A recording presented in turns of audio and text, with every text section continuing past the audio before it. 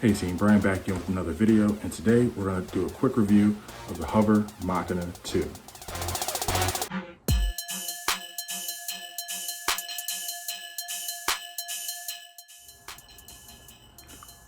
Alright guys, so if you've been following the channel, you know that I did do an unboxing or first impressions of the HOVR Machina 2.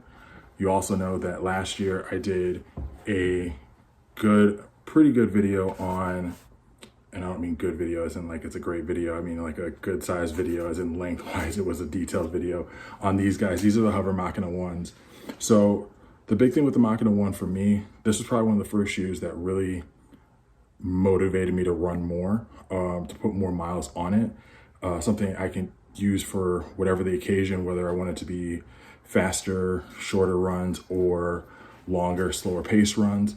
It had the good amount of cushion to do either one, but it also featured a propulsion plate, which allowed me to do both. So if I wanted to get a little bit faster, this shoe would allow me to do that.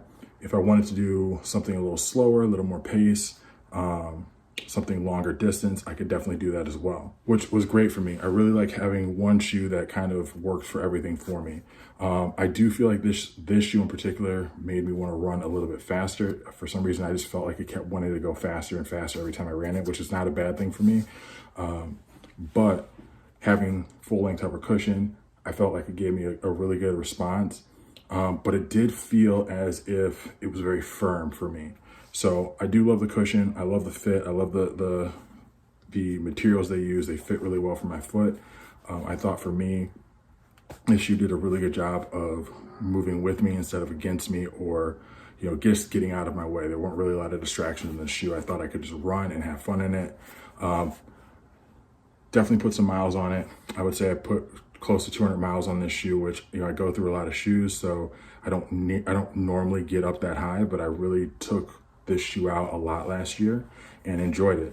More on the cushion, I would say the Machina 1 was definitely firm for me, which if that's your style, that's what you feel, go for it. I had mixed feelings because I never really had a shoe that was that firm with this amount of cushion before, but it worked. I definitely got a good feel for it. It loosened up a little bit as I broke it in, but it's still a very firm shoe overall. There's definitely some good reviews online as well for people that took this shoe further distances. But overall, I think people had a really good positive response outside of the fact that it's a heavier shoe. So for this shoe, just kind of recapping, size 10.5 on this one's gonna run about 10.4 ounces. Obviously this is a 15, so it's gonna be a little bit heavier. And then we're looking at 25 in the forefoot, 33 in the heel.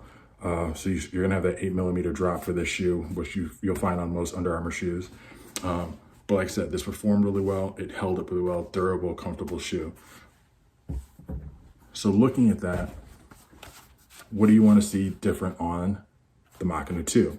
So this cushion, I think, definitely is a better fit for this style of shoe than what you have in the first shoe.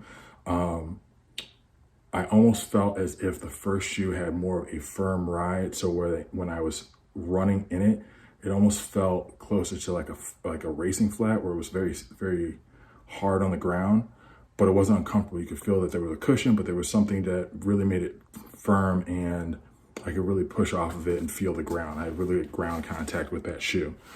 With this shoe, I still have that same feel, but I feel like I have more cushion, and it doesn't necessarily feel, it feels more like a daily trainer that you would traditionally find in terms of fit, where I feel like I'm getting that absorption of the cushion for that energy return, and I'm getting good forward momentum and pushing through my gait cycle.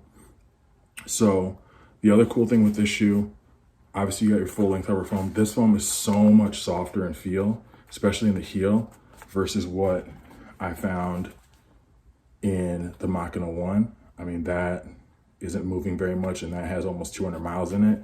Whereas this guy, I can squeeze in here and really get a good squeeze on that cushion.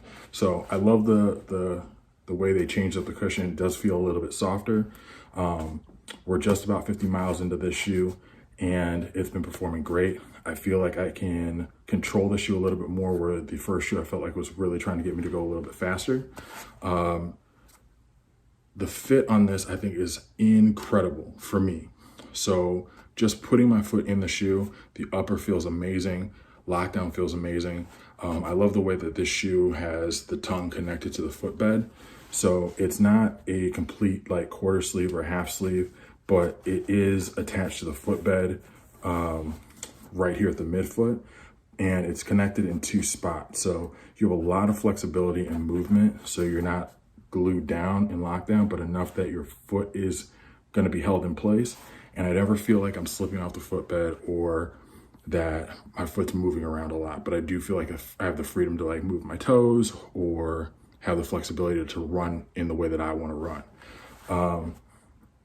So I really enjoy the upper. This might be one of my favorite uppers in an Under Armour running shoe, just to put that out there. I love putting this shoe on, lacing it up. The tongue on here is incredible.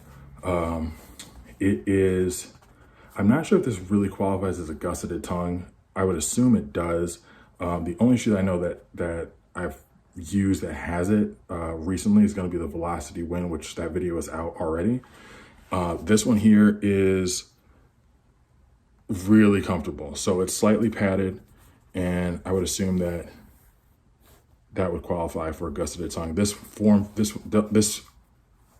tongue fits against my ankle really well. For me, it sits right there and forms right to my ankle, and I have a really good, comfortable fit. So I really enjoy the way this shoe fits. The laces, just like on the first one, are incredible.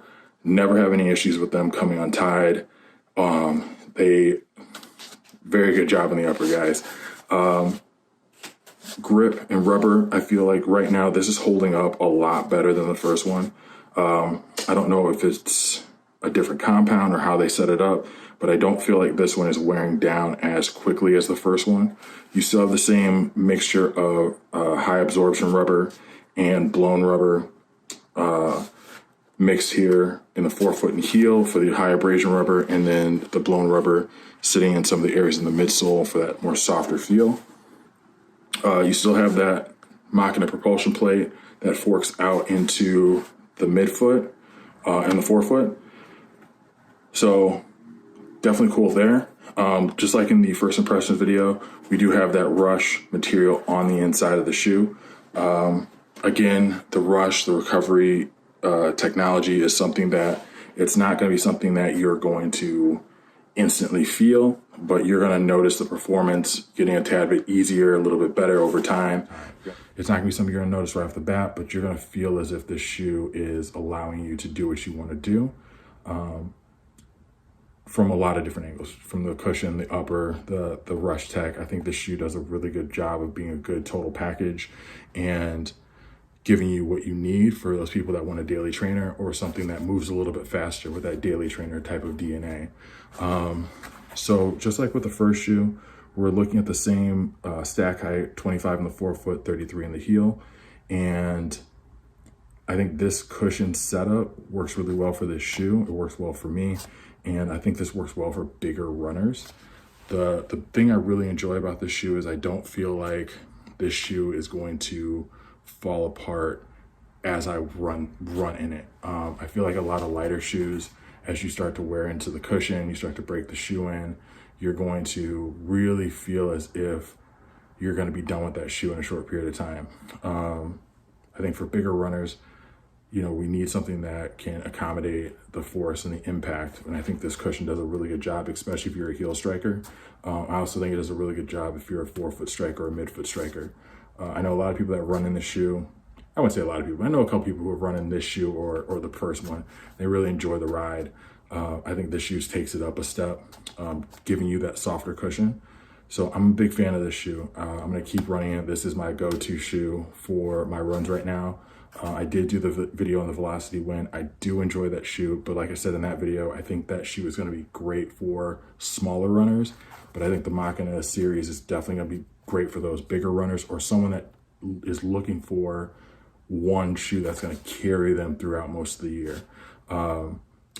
I do think this could be too much shoe for some of the smaller runners, but it depends if they like a heavier shoe. Like I said, if you're looking for something that's durable, that's gonna last, I think this thing is it. I think this shoe does a really good job of being something tough and durable, but comfortable, supportive, and has a really great cushion. So yeah, this is definitely front runner for one of my favorite shoes of the year. I think the improvements over the Machina 1 have been great. I think they fit really well, they make sense.